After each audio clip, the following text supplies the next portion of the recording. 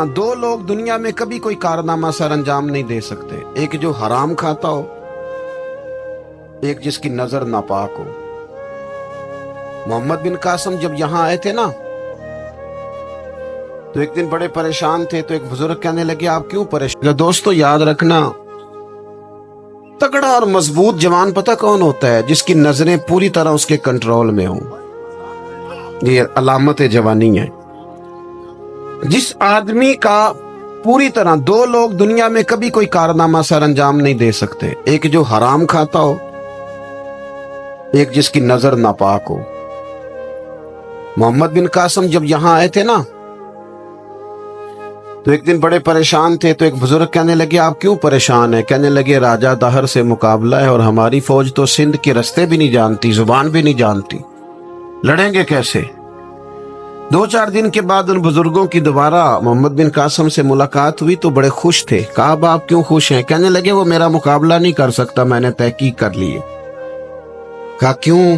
कहने लगे नजर का गंदा है, और जो नजर के गंदे होते हैं वो मैदानों में ठहरा नहीं करते। मैदान के लिए निकलने के लिए पाक जवानी की जरूरत होती, ततहीर मिजाज होना जरूरी होता है, पाकीज़ा अफकार और सच्ची और सुच्ची सुथरी सोचों का होना जरूरी होता है। इसलिए फरमाया कि मेरा मुकाबला नहीं कर सकता। हजरत अब्दुल्लाह इब्न हुज़ाफा कमरे में थे, तो वजीर की बेटी अंदर सजी संवरी पहुंच गई। जैसे ही आपने इस कुफर की चाल को देखा तो तयम्मुम करके नफल शुरू किए। वो सारी रात बैठी रही, रब का बंदा सारी रात इबादत करता रहा। इबादत बड़ा सहारा है, मुसल्ला बड़ा सहारा है अल्लाह के बंदों। सुबह दरवाजा खोला, वजीर ने अपनी बच्ची से पूछना चाहता था रिजल्ट क्या निकला, तो वो कहने लगी पीछे हट जा, अब तेरा मेरा ताल्लुक कोई नहीं, मैंने नबी पाक का कलमा पढ़ लिया। उसने कहा मैंने भी जमाना देखा है, पर ये क्या लोग हैं, कस्तूरी के बने हुए, संदल से धुले हुए, कि मैं सारी रात कमरे में रही और 100 और 1000 आदमी जिस जवान का मुकाबला ना कर सके, इतना ताकतवर जवान कमरे में रहा और उसने नजर उठा के ना देखा। ओ कच्चा रंग ललारी वाला जेड़ा चढ़दा ते लैंदा रहिंदा है, ए इश्क तेरे दा रंग मुहम्मद चढ़िया फेर नहीं लैंदा। मैं कहा एक दफा नजर उठा के नहीं देखा, कमाल हो गई। इतने बड़े लोग, इतनी बड़ी सआदत मंदी, फिरोज बख्ती, मामला फहमी हद हो गई। अल्लाहु अकबर। दोस्तों बादशाह जब पूरी तरह हार गया ना, उसने कहा मार दो। तेल गरम किया एक कढ़ाई में, और जब आपको उसमें डालने लगे तो आपकी आंखों में आंसू आ गए। बादशाह का ख्याल हुआ शायद नरम हो गए हैं। कहने लगा रोए क्यों? फरमाने लगे सोचता हूं जान ही एक है, कितना मजा है उसकी राह में जान देने का, कितनी लज्जत है उसके नाम पर मरने में, कितना लुत्फ है। जे तू चढ़िया उत्ते दार भी नहीं, ते जे तू विकया इश्क बाजार भी नहीं, ते एडा सस्ता सौदा प्यार भी नहीं, ते एडा सस्ता लभदा यार भी नहीं। कई जंगल गाने पैंदे नी, कई दोज़ख लंघने पैंदे नी, जे ओ इस मुल्लों भी मिल जावे, एदू सस्ता होर वपार भी नहीं। ते कुछ समझ ना आवे लोकां नू ओ कादे नाल शहीद करे, डिठी यार दे हथ तलवार भी नहीं, पर ओदा खाली जांदा वार भी नहीं। कहने लगे एक जान है ना, तो दिल करता है हजारों होती तो एक एक करके महबूब के नाम पे कुर्बान करता, जब मेरे पास है ही एक, करूं क्या? हजरत अब्दुल्लाह इब्न हुज़ाफा रदियल्लाहु ताला अन्हु जब रोए और बादशाह ने ये बात सुनी, तो बादशाह उठ के खड़ा हो गया, सारे वजीरों मुशीरों को कहने लगा तुमने कहा था ना बंदा जाया करने वाला नहीं, ये भी जाया करने वाला नहीं। कहने लगा मेरा माथा चूमो, तुम जैसे लोगों को कत्ल नहीं करना चाहिए, आजाद करना चाहिए। अजीज अपनी जिंदगी से ना ये बहुत ज्यादा हिरस, हवस, तमा, और ये किसी बात की भी हो हिरस, सिर्फ पैसों की नहीं होती है, शोहरत की भी होती है। یہ بیماری انسان کو اقتدار کی بھی ہوتی ہے، تعریف کی بھی بیماری ہوتی ہے، یہ سارے نقص ہوتے ہیں لوگوں کو، اور معاذ اللہ بعض جبوں کبوں کے اندر بھی ہوتے ہیں، وہاں بھی پنپتے ہیں۔ اپنی زندگی جب تک اس سادگی میں نہیں لاؤ گے جو رسول پاک نے عطا فرمائی ہے، جب لوگ آسانیوں میں پوری طرح الجھ گئے تو پھر وہ دور ہوئے اور کفر چڑھ گیا۔ دوسری بات، اللہ کے محبوب صلی اللہ تعالی علیہ وسلم کی محبت ہم سے تقاضا کرتی ہے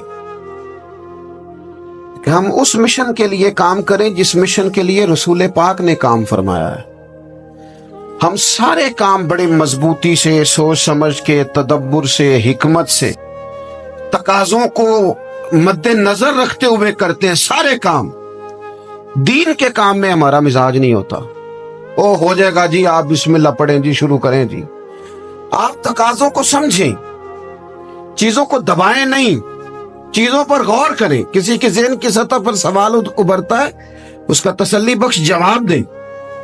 اپنی زندگی میں دین کے کام کے لیے اپنے آپ کو وقف کریں، اور دین کے کام کے بہت سارے پہلو ہیں۔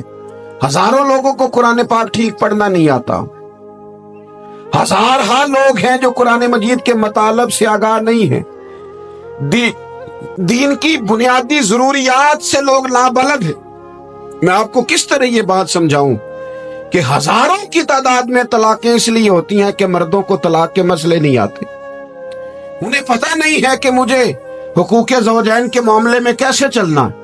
ڈھیر سارے گھروں میں تباہی اس لیے ہے کہ تربیت اولاد کا دینی منہج ہمیں نہیں پتا۔ اپنا حصہ ملائیں دین کے کام میں۔ ایک آدمی کو اگر تو نمازی کرنے میں کامیاب ہو گیا، تیری زندگی بدل گئی۔ وہ دین بیزار لوگ جو ہمارے بیچ بیٹھ کے ہماری نوجوان نسل کو پگڑی اور داڑھی کا نام لے کے بنیادی طور پر دین سے دور کرتے، ایسے نوجوانوں کو دین کا پیغام محبت دے کر دین کے قریب کرنا ہماری ڈیوٹیوں کا حصہ ہے۔ ہمیں ذمہ داری کا احساس کرنا پڑے گا، ہمیں یہ خاص قدم اٹھانا پڑے گا، توجہ دینی پڑے گی۔ مساجد، مدارس، میں آپ سے عرض کروں، اتنی ڈٹ کے مخالفت ہوتی ہے نا مدرسوں کی، اتنی ڈٹ کے۔ میں ادارہ چلاتا ہوں، اس کے چلانے میں جو مشکلات ہیں وہ تو ہم بتا نہیں سکتے آپ کو، اس لیے کہ میری قوم، میرا اس قوم سے تعلق ہے جو نعت خواں امیر کرنا چاہتی ہے، مدرسے نہیں۔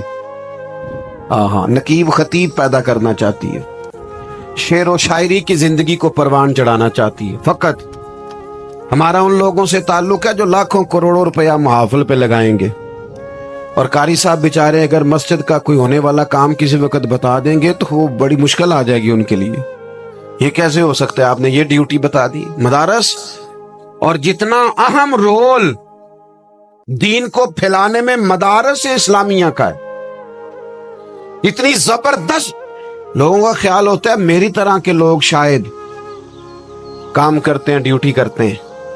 یہ 10-15 لوگ آپ کو نظر آتے ہیں جو آپ کو کہیں میڈیا پر یا ادھر ادھر ڈیوٹی کرتے، مخلص لوگ اپنی جگہ پہ، وہ بھی بڑا ہی کام کر رہے ہیں، جو میڈیا پہ آ کے بھی اخلاص سے اور درد دل سے کو دین کی، ان کی بھی کسی بات کی حوصلہ شکنی نہیں۔